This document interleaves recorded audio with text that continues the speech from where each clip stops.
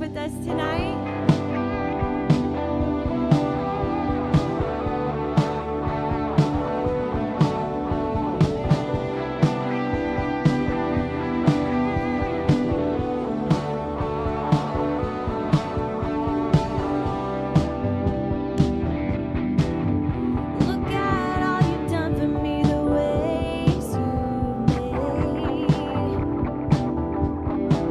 No surprise that your nature is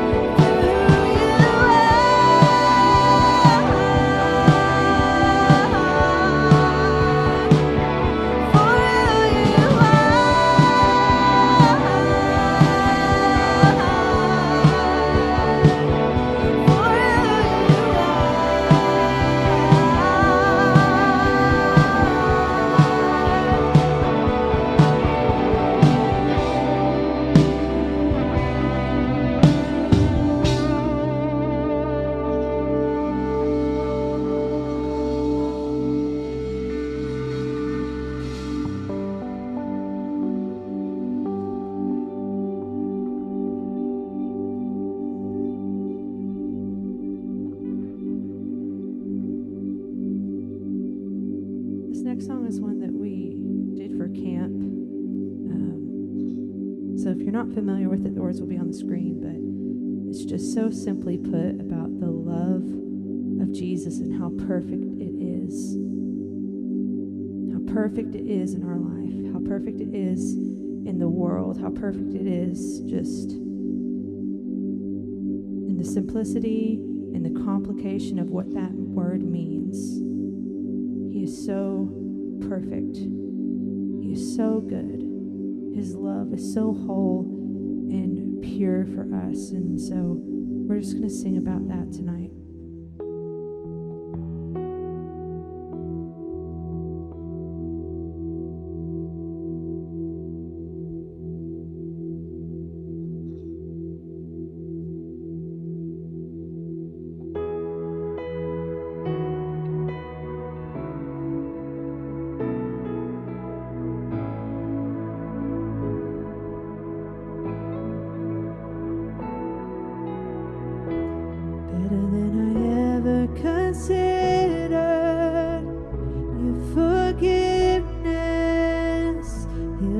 Depths of my being, and this is where I find acceptance, no exceptions, undeniably free. After all I've seen, it's so clear to me. Without the love of Jesus, I don't know where I would be. Overwhelming grace covers all my days. The perfect love of Jesus is everything to me.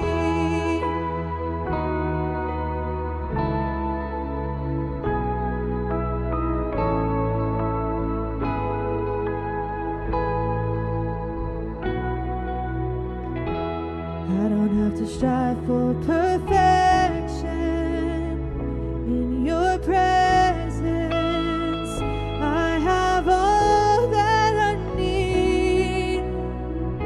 You sit with me in all of my questions, and you listen. Oh, you're patient with me. After all I've seen, it's so clear to me. Without the love of Jesus, I don't know where I would be. Overwhelming grace covers all my days. Perfect love of Jesus is everything. After all I've seen, it's so clear to me. Without the love of Jesus, I don't know where I would be. Overwhelming grace covers all my days. The perfect love of Jesus is everything to me.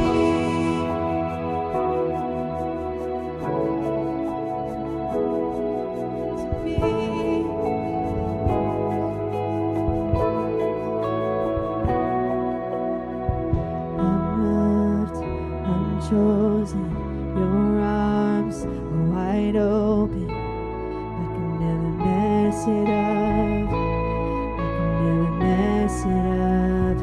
I'm loved, I'm chosen, your arms are wide open. I can never mess it up. Oh, I can never mess it up. I'm loved, I'm chosen, your arms are wide open. I can never mess it up. Oh, I can never mess it up. I'm loved, I'm chosen, your arms are wide open. I can never mess it up. Oh, I can never.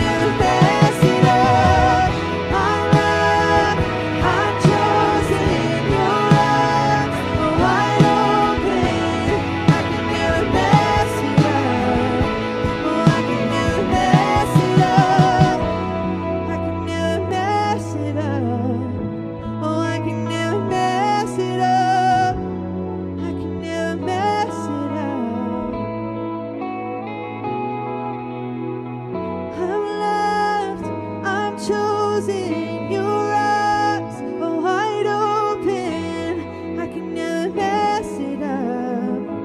Oh, I can never mess it up. I'm loved, I'm chosen. Your arms are wide open. I can never mess it up. Oh, I can never mess it up. I'm loved, I'm chosen. Your arms are wide open. I can never mess it up. Oh, I can never mess it up. I'm loved, I'm chosen. Your arms are wide open. I can never mess it up. Oh, I can never mess it up. I'm loved, I'm chosen. Your arms are wide open. I can never mess it up. Oh, I can never mess it up. I'm loved, I'm chosen. Your arms are wide open. I can never mess it up. After all I've seen, it's so clear to me. Without the love of Jesus, I don't know where I would be. Overwhelming grace covers all my days. The perfect love of Jesus is everything. I'm loved, I'm chosen. Your arms are wide open. I can never mess it up. Oh, I can never mess it up. I'm loved, I'm chosen. Your arms are wide open. I can never mess it up. After all I've seen, it's so clear to me. Without the love of Jesus, I don't know where I would be. Overwhelming grace covers all my days. Perfect love of Jesus is everything to me.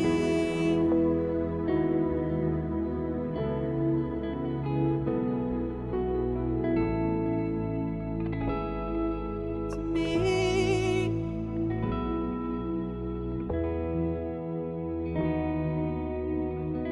it's everything to me.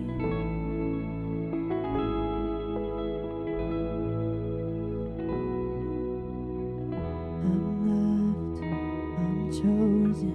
Your arms are wide open. I can never mess it up. I can never mess it up. I'm loved, I'm chosen. Your arms are wide open. I can never mess it up. I can never mess it up.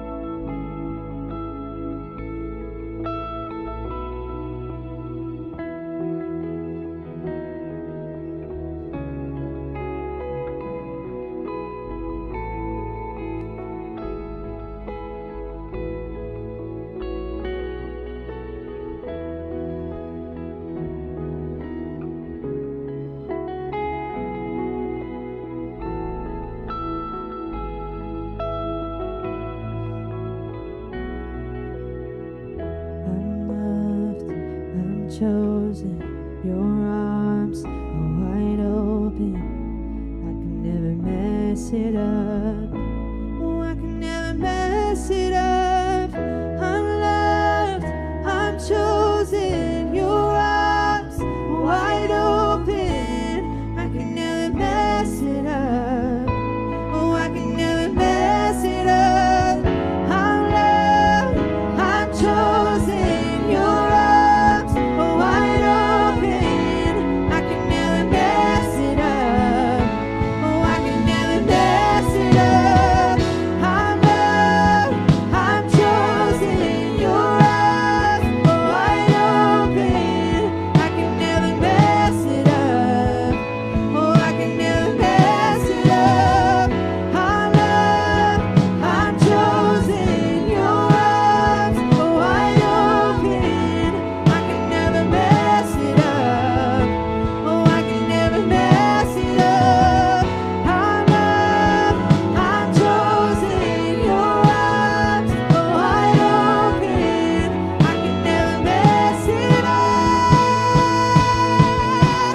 After all I've seen, it's so clear to me. Without the love of Jesus, I don't know where I would be. Overwhelming grace covers all my days. Perfect love of Jesus is everything. After all I've seen, it's so clear to me. Without the love of Jesus, I don't know where I would be.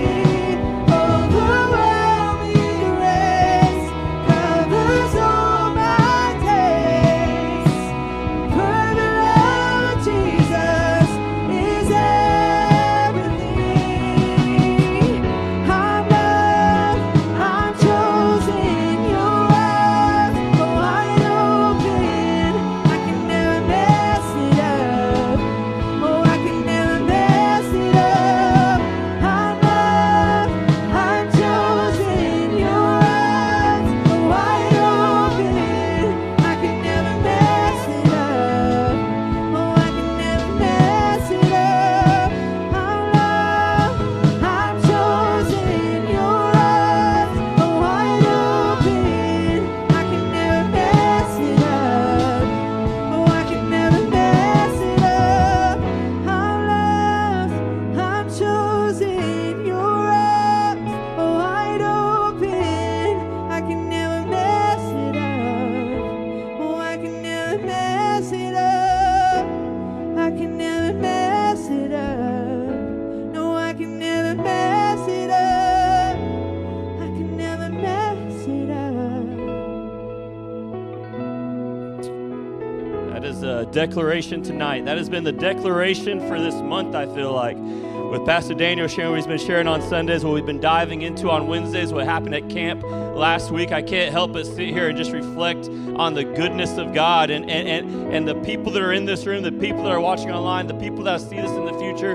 You are loved and you are chosen. You've got to step into that authority. You've got to learn how to accept that. It's hard to do it when the world says, you're nothing, you're not going to equate to very much. But when God says you are loved and you are chosen, you have to just surrender and accept it. Like, I wish you guys could have all been there at youth camp and seen what your students did, seen what your kids did, seen how they've actually set the things of the world aside and were like, yes, Lord, I receive your love, I receive your choosing, I receive the purpose you put on me.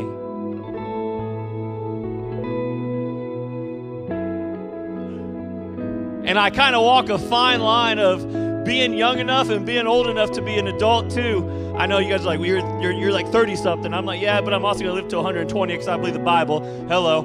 But this is the problem. This right here. We took these away at camp. And I sit here and I ask myself, I'm like, Lord, what would it take for me to fully surrender and receive all that you have? Less time with this is the answer. We watch it with the students. I watch it in my own life whenever I just get fed up with all the junk that's on here. And when I say junk, you're like, man, he's on social media all the time. I'm not on social media that much. I watch YouTube a lot. That's the only social media. But it's the junk of life. It is the junky relationships that I've let sneak into my life. Sometimes you got to put this down to draw nearer to him. You're like, but my Bible's on there. Guess what? I'll give you money to go buy a paper Bible. I'm serious. I'm tired of the excuses. But everything that I need to receive the word is on my phone. What would we do 20, 30 years ago? Hello.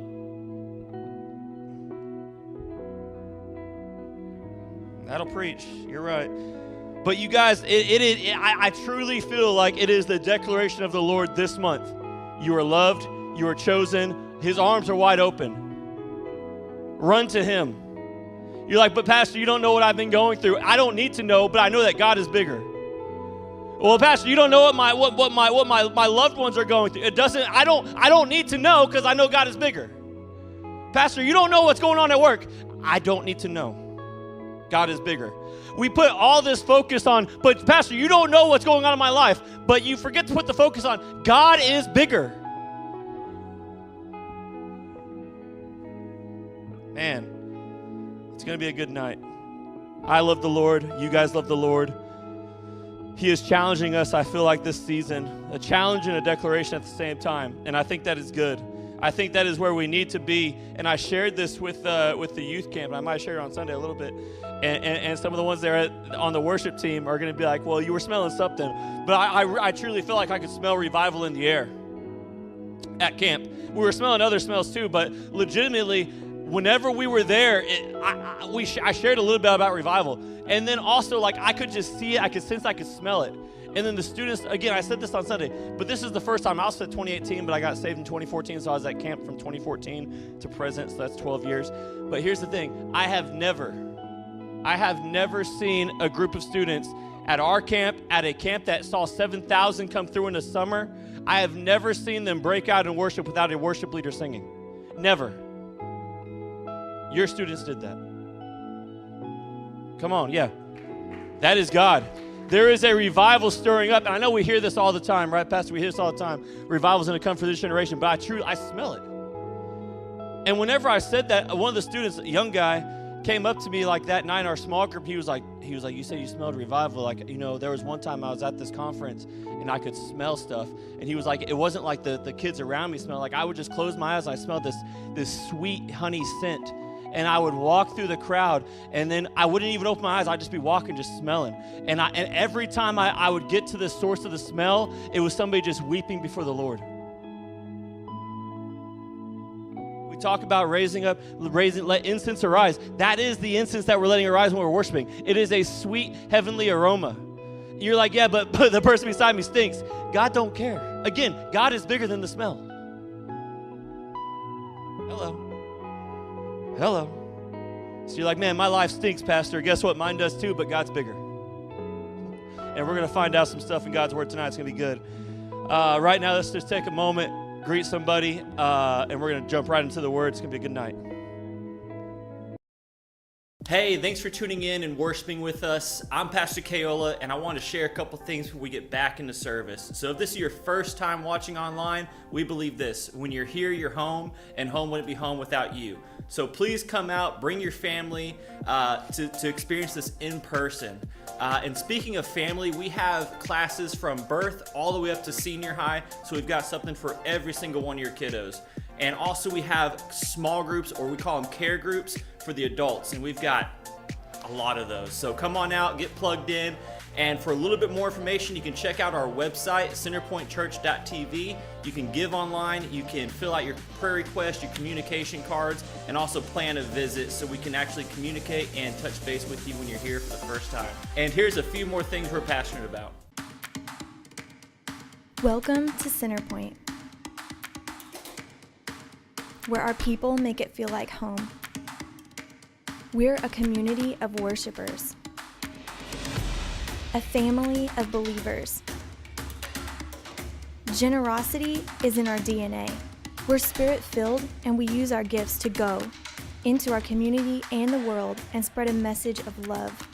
We value every generation and equip them to live out God's plan. We're servants at heart, and we serve God and others with joy. We accept God's plans, and we receive His wisdom, grace, and favor. We are CenterPoint Church, and this is our passion.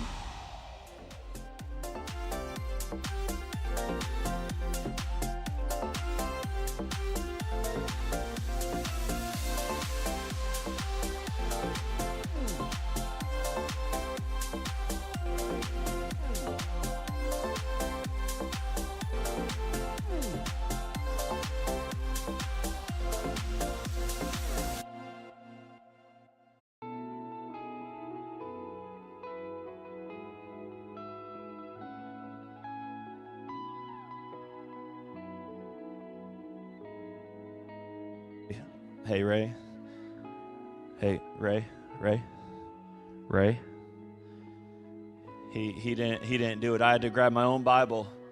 You know, I guess on Sunday, I guess I can't be the Bible bearer for Pastor Daniel back there. He's slacking on the job. Or maybe, Ray, hey, we're going to talk about today. Maybe you've been promoted. I only got one more Wednesday. Maybe you've been promoted for next Wednesday. Thank you, Lord. All right. Well, thank you guys for tuning in. Thank you, band. If you want to keep playing, that's great. Until offering out, it's up to you. Thank you guys for tuning in online. If you're watching, we wish you were here, obviously. People in the house, thank you for coming out tonight. Like I just said, we got one more Wednesday with me, and then Pastor Pat's going to be back at the pulpit. Hallelujah. It's going to be a good time. But there is a few things we're going to hit today that's going to be good. And the first one is this, your tithes and your offerings. So I always revert back to what I shared upstairs and what I shared in the youth room and what I believe.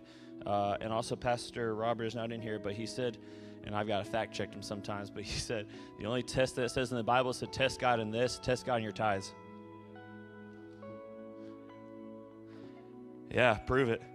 And I shared this with a youth student a while back because, you know, I meddle a little bit whenever, okay, so a youth student that graduated, but I saw him come to church and it had been a while. I was like, hey, man, I heard you got you're getting your electrician's license? You're getting licensed to be an electrician? I was like, so you're moved out, you're doing all these big things. Like, you tithing? No, I'm not tithing, Pastor. I'm like, dude, you have to. He was like, you don't understand. Like, I moved out. I've got a rent bill. I've got food. I've got to buy stuff for my girlfriend. I got all these things I got to buy. And I'm like, hey, I get it. I got 4 kids. There you go, Carson. I got 4 kids, and I got a mortgage, and I got a car payment. I get it. But I still tithe. And I was like, hey, learn from my mistake, because I didn't start tithing until, it's embarrassing. I didn't start tithing until I came to this church. Like regularly tithing, like on every paycheck, everything that I get. Paychecks, gifts, whatever, tithing 10% of it. And I shared this at youth camp, and I was like, Pastor Kevin was there. I was like, dude, I don't understand it, because I literally track it on a spreadsheet, and I look at it, and it's like some months there's not more money coming in, but somehow there's still more money at the end. And I still got the same bills and everything, but God is just multiplying it in some supernatural way, and the numbers on my account are like bigger than they've been. But whenever I started tithing, that's whenever I started seeing that breakthrough. So I encourage you guys. I know a lot of us have been tithers, and that's great. But if you're new and if you're watching online, young person, start tithing now. Don't wait till you're 30. Don't wait till you're 30. Don't wait till you're 40. Just step into the promise today. Get out of the comfort zone, which is what we're talking about tonight. So if that's you and you want to tithe, you can go to the place on the website, centerpointchurch.tv/give. We got buckets at the front. I'll give you guys a couple seconds to come up. Drop that in there, and then we'll jump into the word.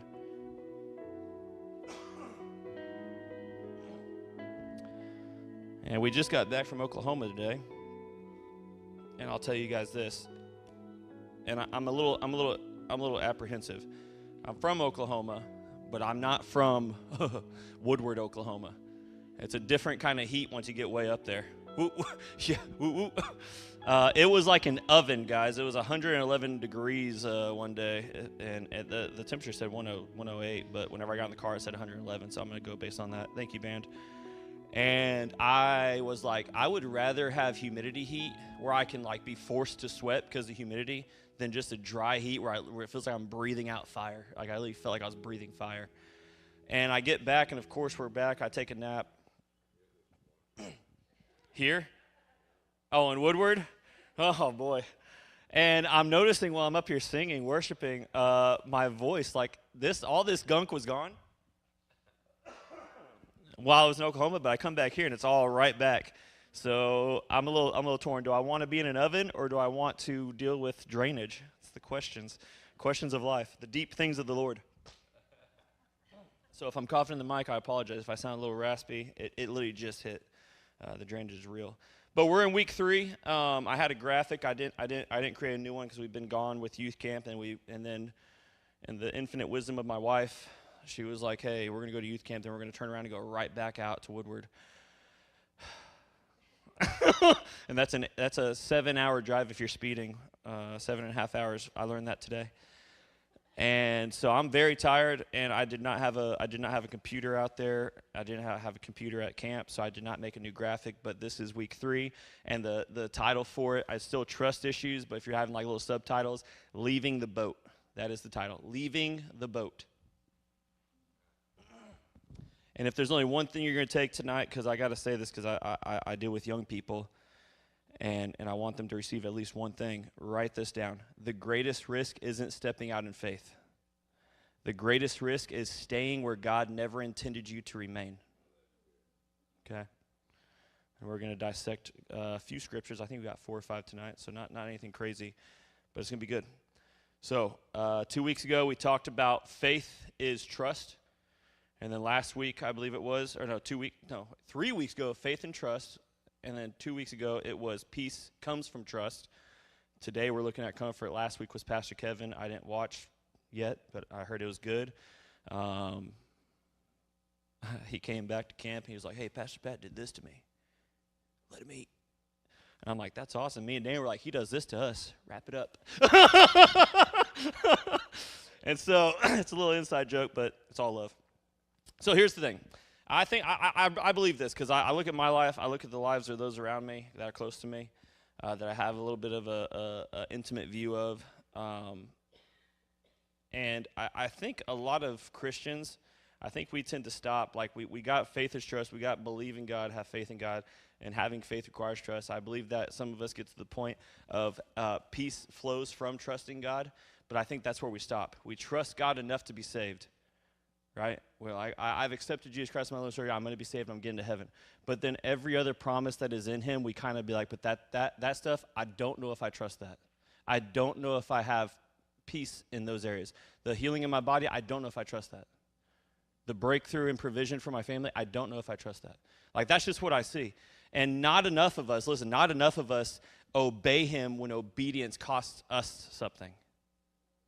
Okay? We want God's promises, but we don't want God's process. We don't want to surrender.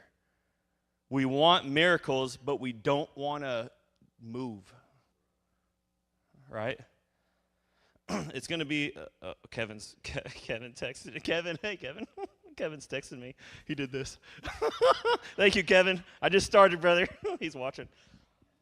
Hello, Granberry. Thank you for tuning in. We want breakthrough in our lives, but we don't want to step out of the boat. And I want to tell you something tonight that might challenge you. Sometimes the biggest barrier between you and God, you and God's purpose, it's not the devil, okay? It's not Satan. It is our comfort.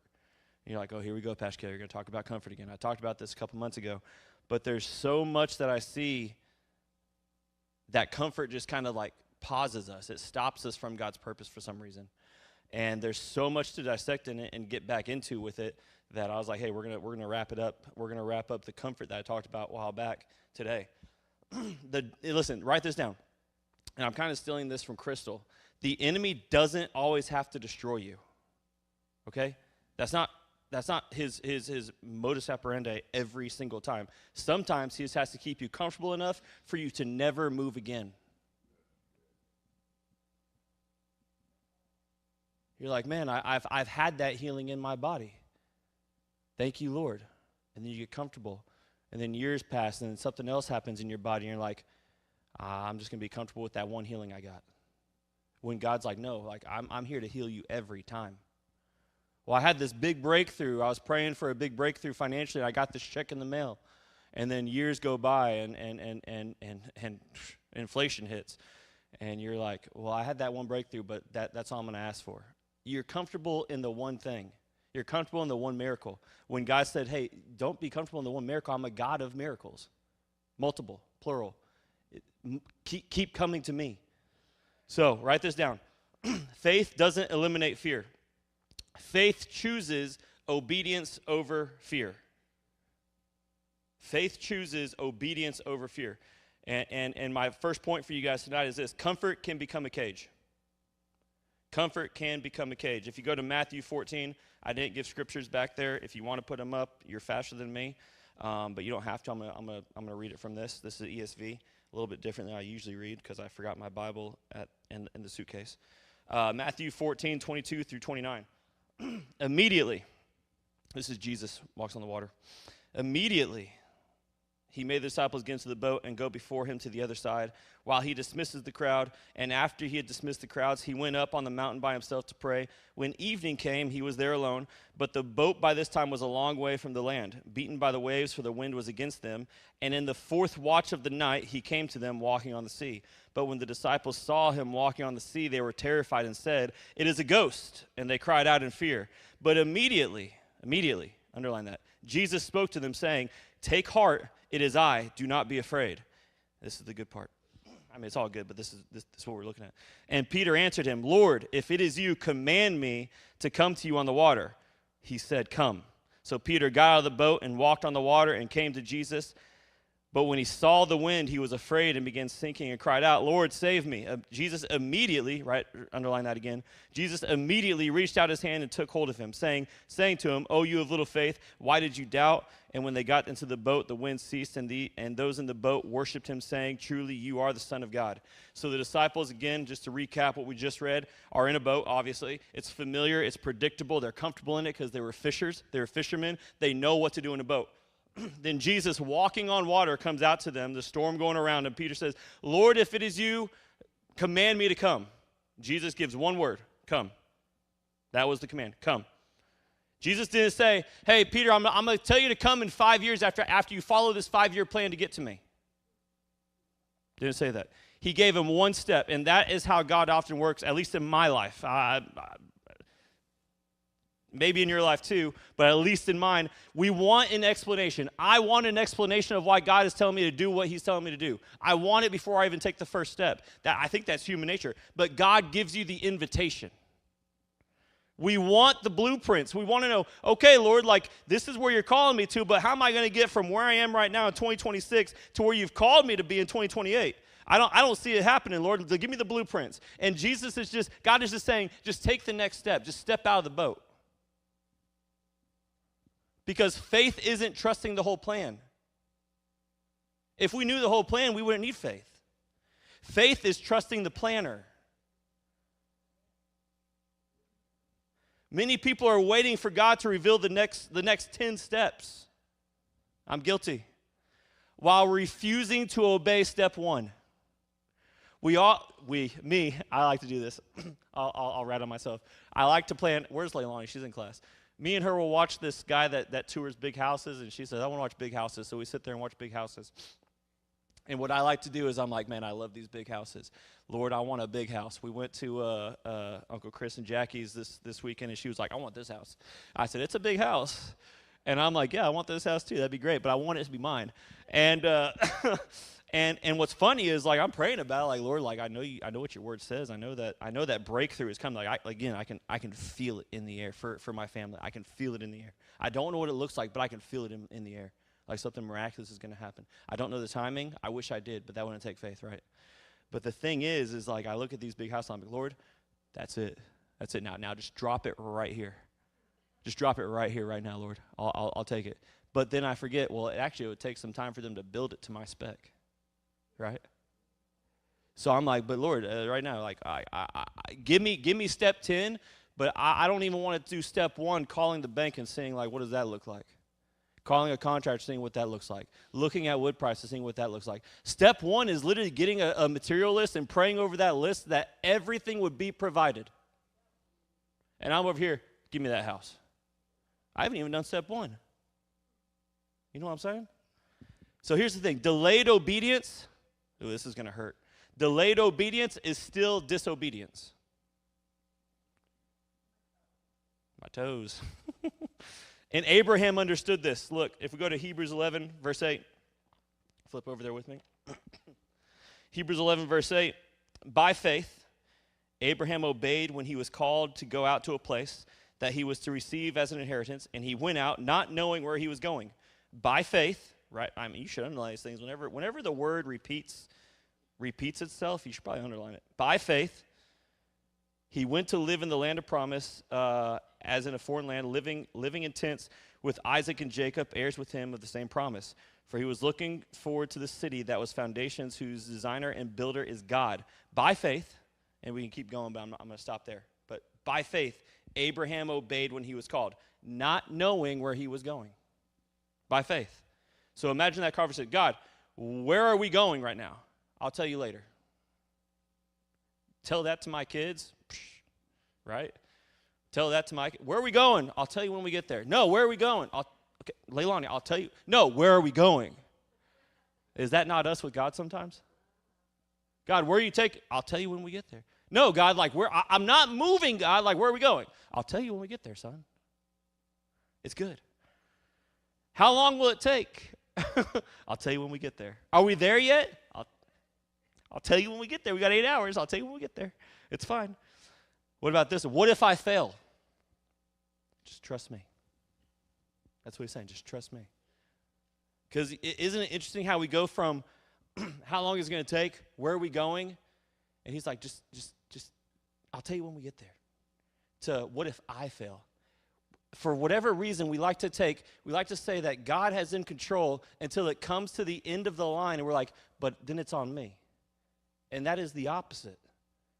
That is the opposite. It should never fall back on me. It should never be, what if I fail? If we truly trust God, why is that still something that bubbles up in us?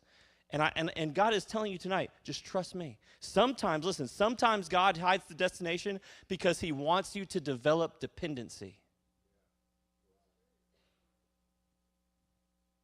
If we knew where we were going from day one, how can we be dependent on the planner and the creator and the orchestrator of our faith? How can we do that if he was like, this is exactly where we're going to be? At 80 years old, you're going to be right there. And you know what? My family, well, maybe it's just me, because my mom kind of does it too. But whenever I married into the resorts, you know what they like to do? We'll go watch a movie or watch a movie at home, and what they like to do is they like to go on their phone and see what happens at the end. They want the end before the movie's even started. I hate it. When I first started watching movies with Lisa, she would tell me, she's like, this is going to happen at the end. I'm like, I don't even want to watch the movie no more. What's the point? Like, great, fantastic, awesome. And so we finally came to an agreement where I know she's on her phone looking up the ending, and I'm like, don't say a word. Let me be surprised. If the ending sucks, you can get up and leave. I want to be surprised. But that's the same thing. If the Lord was like, this is where you're going to be at the end of your life, where's the fun in that? Right? Where's the fun in that? Like, hey, whenever you're 80 years old, this is where you're going to be at. Whenever you're 60 years old, whenever every milestone you hit, this is what's going to look like. Well, Lord, that's awesome, but like, the journey is part of the fun, man. So, all of us have driven at night, I believe. If you haven't, then I'll pray for you. But whenever you have your headlights on, it only shows a few hundred feet, right? We were driving back from Woodward this morning super early. It was dark. I saw a few hundred feet. I hit the high beams. I saw a few hundred more feet. Here's the thing. It wasn't enough of me hitting my high beams to see Benton, Arkansas from Woodward. That is the same thing. God will rarely flood your life with stadium lights. What he'll do is he'll give you a flashlight faith, far enough for you to see the next step. Far enough for you to be like, okay, if that is you, call me to come. Come. The first step. That's all he saw. Come. One step. So write this down. Courage is obedience while fear is still talking. Courage is obedience while fear is still talking. And I'll be honest, I think this, and there's other people that might think differently. That's fine. But Peter, I don't think he was a fearless individual. I think he still dealt with fear. He was just willing. Okay? And there's a big difference there. Courage isn't the absence of fear. Young people, courage is not the absence of fear. Courage is deciding that Jesus' voice is louder than the fear in your life. Fear says this, what if you fail? Faith says, what if God catches me? You know, I've shared this. I've jumped out of a plane, and I had to have trust in that thing, in that parachute. But I think about that, like, if I was to go cliff diving, like, what if I didn't jump far enough? And this is a crazy example. Don't do this. But then it's also like, what if God caught me? You know? Maybe you're like, well, I'm going to start a business. What if I fail at starting this business? Well, what if God comes through and catches you and launches you to the moon? Fear says, stay where it's safe, and faith says, go where Jesus is, out on the sea. There's two different things. So Joshua 1 verse 9, let's hop over there. Joshua 1 verse 9. I stole these little go fish cards to help me speed this along. It says this, have I not commanded you, be strong and courageous, do not be frightened and do not be dismayed, for the Lord your God is with you wherever you go. A different translation, be strong and courageous, do not be frightened for the Lord your God is with you wherever you go. Notice this, God didn't promise Joshua that there wouldn't be battles. Okay? He promised that his presence would be with him. So the promise wasn't an easy road. The promise was, God, I'll be with you. That is the promise. And I have to be careful because whenever I got saved, I mean, like I said, I did not grow up in church. I talked to my mom about this a little bit on the phone the other day. But we didn't grow up in church. And just being in the South, you hear certain things that are said, like, well, once you accept Jesus Christ, like your life will be rainbows and butterflies. That's what people say. That's what religion says. That's what they try to. That's what the salesman says to you. But God never said that. He never said that. What he did say is, I'll be with you wherever you go. And that should be enough. So the same God who calls you also walks with you. So whenever you have that purpose that's placed on you, that dream that's placed in you, and God is calling you out, guess what? He's not calling you out to just leave you in the sea by yourself. He calls you out to be with you, to walk alongside you. The same God who opens the door also provides the strength for you to walk through it. Hello. So it wouldn't be a Kaola message without a prop. It's great. And I got to be careful because my flesh was hurt the other day. I saw a TikToker talk about like pastors that use object lessons. But growing up once I got saved in kids ministry was foundational to me. So I've got a rope. Okay, let's not knot it up. Hello. Yeah, this is a rope from camp. So you guys that gave to camp, thank you. And I'm probably gonna knot it up. It's okay. I don't need any help, guys. It's all right. Okay, so let's say this. This rope represents comfort. The rope's not evil, right? It is just a rope. The rope is familiar. We've all seen ropes before. It is predictable. It is about however long that is. Aaron, how long is that? I'm just kidding. It's about however long this is, and guess what? It is secure. Now, there's a knot in the middle, so it might not be super secure, but it is secured to an anchor over there, if you will. So, now that knot's going to throw me off a little bit. Watch this. So I'm going to walk. If I'm walking away, I can't get very far if I'm holding onto this rope. We are often asking and praying to God, Lord, use me. Lord, take me where you want to take me. Lord, deliver me from what I've been dealing with, without wanting to let go of the rope. The rope is comfort. You're like, Lord, I've been dealing with stress at work. Please get these people away from me. And yet, you're still holding on to that rope. That relationship that you know is causing you the stress, you don't want to let go of it. Lord, I need a breakthrough financially. I said I was going to talk about it. Yet we're still holding on to that 10% that God said to let go of.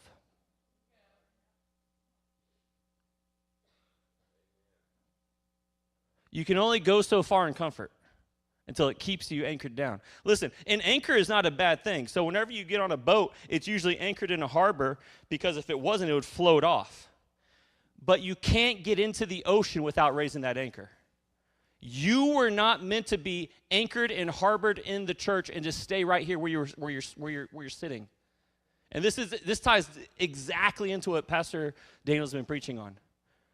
We have these gifts, we have these talents that have been put inside of us to use for other people, and yet we come to church. And I'll say this: I was on Facebook for some random reason. I saw something I wanted to buy, but it got sold. But I saw there's this young guy around here, Benton and Bryant, and he's asking people for Bibles. He's been handing Bibles out. A young guy. Have you seen Brennan something? Super young guy. And I'm like, that guy gets it. Like, he's just holding up a free Bible. Let me pray for you. And I'm like, man, it got me fired. I'm like, hey, let's take the youth out and just hold up signs. And I'm like, but if we just stay locked down to what's comfortable, we'll just stay Sunday night youth. We'll just stay in the building. That's comfortable. It doesn't really stretch as much. Like, we get in God's word, it's good. We're getting fed. But, like, what is going on outside the building?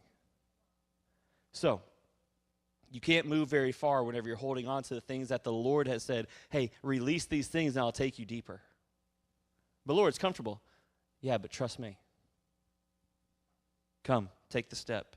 So, number 3, write this down. You cannot experience water-walking faith while living dockside Christianity.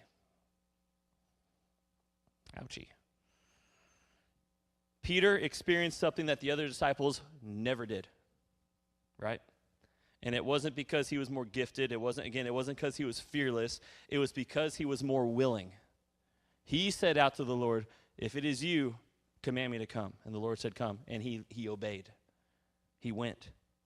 Peter, listen, the other 11, I'm thinking of Oklahoma, 7-Eleven. The other 11 saw a miracle. Peter lived it, right? There is a difference between watching faith and walking in faith. Oof. Oof.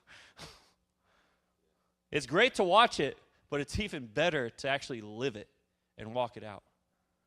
So most believers admire this. They admire bold faith, and very few, again, that young guy, man, like, I'm going to find him, I'm going to give him some Bibles, but I'm going to also go out. I want to go out. Few practice it. And whenever I saw that post, I was like, man, this guy's got it. And then the Lord's like, you could do this too. Oh, you're right, God, I could. Yeah, you're right. But I got 4 kids, according to Carson. Oh, and also, I'm going to share this because Carson, that's what they say. Well, you got 4 kids. I adopted Carson unofficially. He is my 5th child, Kay. Just a heads up. He's not moving in. I'm going to tell him to get a house.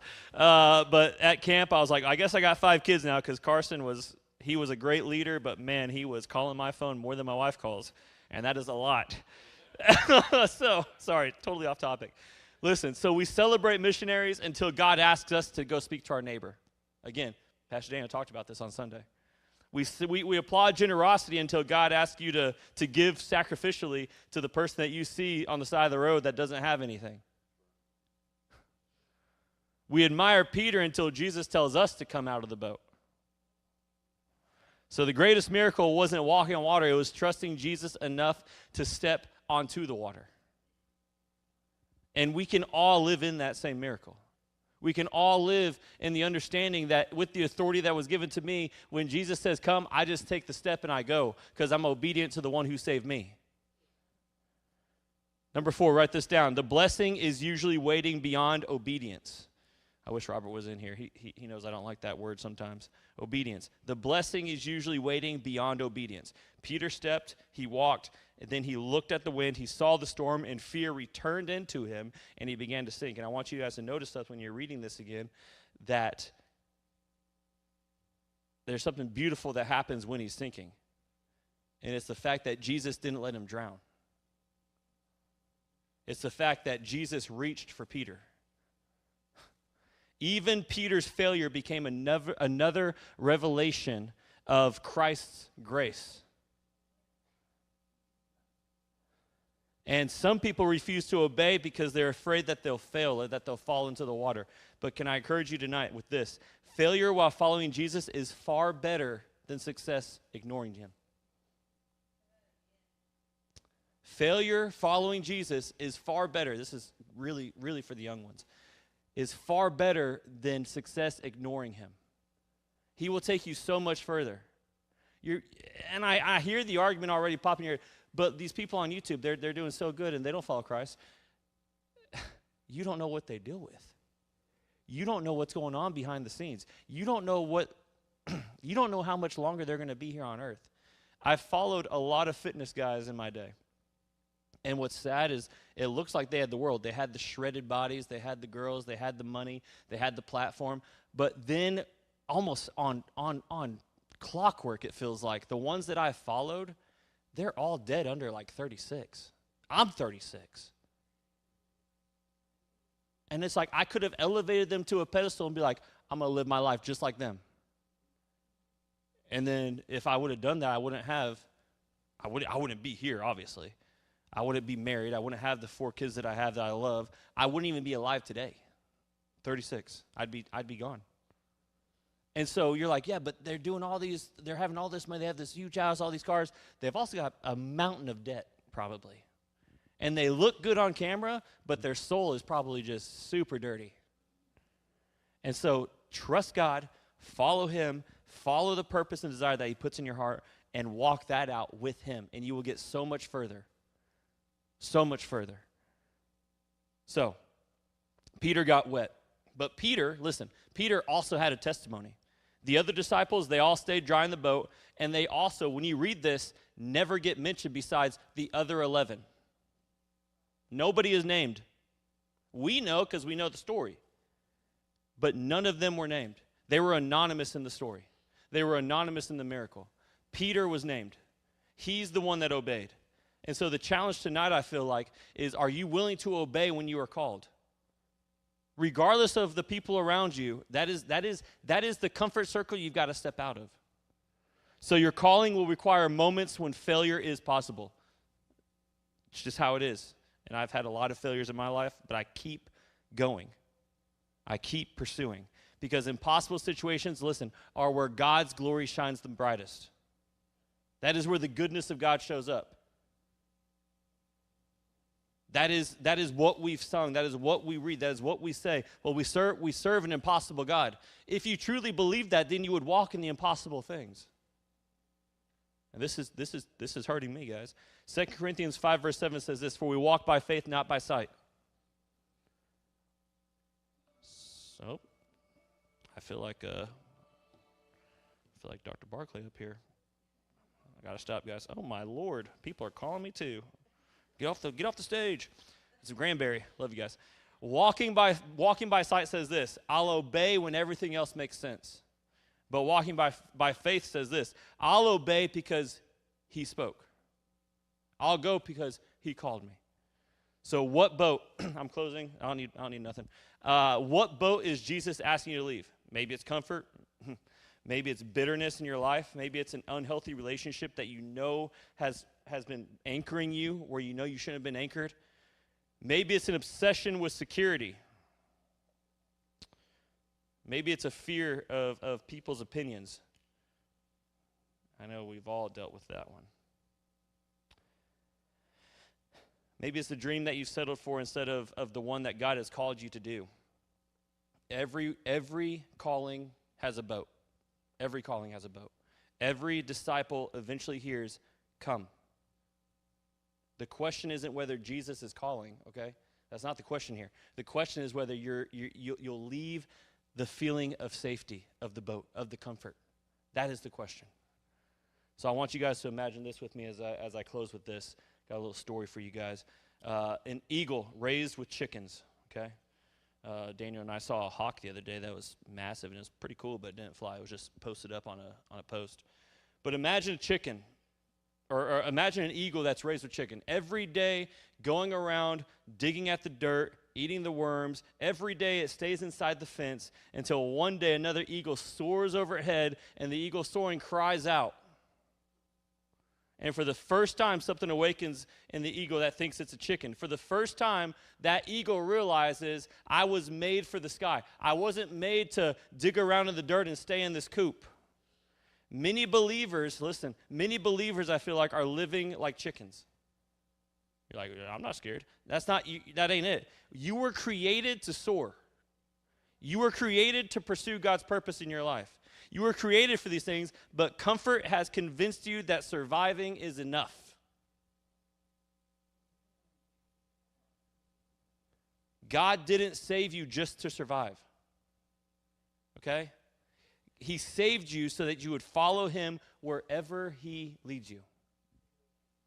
So you've got to surrender and you've got to obey. So some of you tonight know exactly what Jesus has been asking you to do. With Pastor Daniel preaching on Sundays and this series, it's crazy how the word just lines up, how the Spirit lines up, and things are kind of intertwined and co-mingle a bit, but you've heard his voice. Maybe tonight, maybe a different Wednesday, maybe on Sunday. You've heard his voice. You've felt the conviction. You've sensed the calling on your life. That dream has been bubbling up inside of you, but fear has kept you sitting in the boat. You're waiting for certainty. You're waiting for the blueprint. You're waiting for the next 10 steps. You're waiting for the 5-year program that God's going to be like, here's the 5-year retirement program. Go for it. That's not what he's going to do. Jesus is waiting for you to surrender. Hear me, hear this. The miracle was never in the boat. The miracle was never in the boat. The miracle was where Jesus was, on the water, calling you out. Is Jesus calling you to step? Is Jesus leading? If Jesus is leading you, are you following? If Jesus is opening the door, are you willing to walk through it? The same Jesus that opened the door is the same Jesus, again, that gives you the strength to walk through it. Without worry about what the circumstance looks like, without worry about what the people around you are saying. I said this at camp, hey, if they're going to label me a Jesus freak, let them label me a Jesus freak. I would rather be a Jesus freak than a worldly failure. Come on. So you don't need all the answers, and that is hard. You don't need them, though. What you need is confidence in the one who is calling you. Okay? So be built up. Today, listen, tonight, I believe, for me at least, and I pray for you guys, that this is the day you actually step out of the boat. When you get home, you open that journal up, you go into that prayer closet, whatever you got to do, you're like, Lord, I am willing and I am able and I'm going to obey when you call. If you've already called me, Lord, I'm sorry that I have missed the call, but I'm ready to step out now. Just like Pastor Daniel said, metanoia, I'm ready to turn from the worldly ways, from the ways that were not of you, to follow you directly so I can see you, again, eye to eye. So when you call, I know your voice. So when that dream is placed in my heart, I can pursue. So whenever the purpose that you've laid out before me, I don't have to know every step, but I know that you are walking before me. I know that I have somebody I can follow, and that is you, Jesus. So, Heavenly Father God, tonight I just pray that this found good ground in the hearts of the people listening. Lord, that they would just be blessed, that they would have a new ear, a new ear for you. Lord, just open them up supernaturally to know when you are calling that it is your voice, that they know the Father, and that whenever the command says come, that they are willing to step out. Lord, that as fear tries to overwhelm them, that they can just learn to let go of the rope, let go of the anchor, and follow you out into the deep. Lord, just take us deeper into your love, deeper into your grace, into your mercies. Reveal the deeper things that are in you, Father. And as you're revealing those, you are expanding our understanding. You are expanding our love for the people outside of this building. You're expanding us for the love of the people in Saline County, across Arkansas, across the world, wherever you would lead us, Father, that we are just willing to go. Father, we love you and we just desire more of you. And as your Son, Jesus' mighty name that we pray. Everybody said, amen. I love you guys. Come out Sunday morning. Pastor Daniel I think he's got this Sunday. So, yeah, be safe getting home. Stay cool. Stay cool. It's going to be a hot one. Love you guys.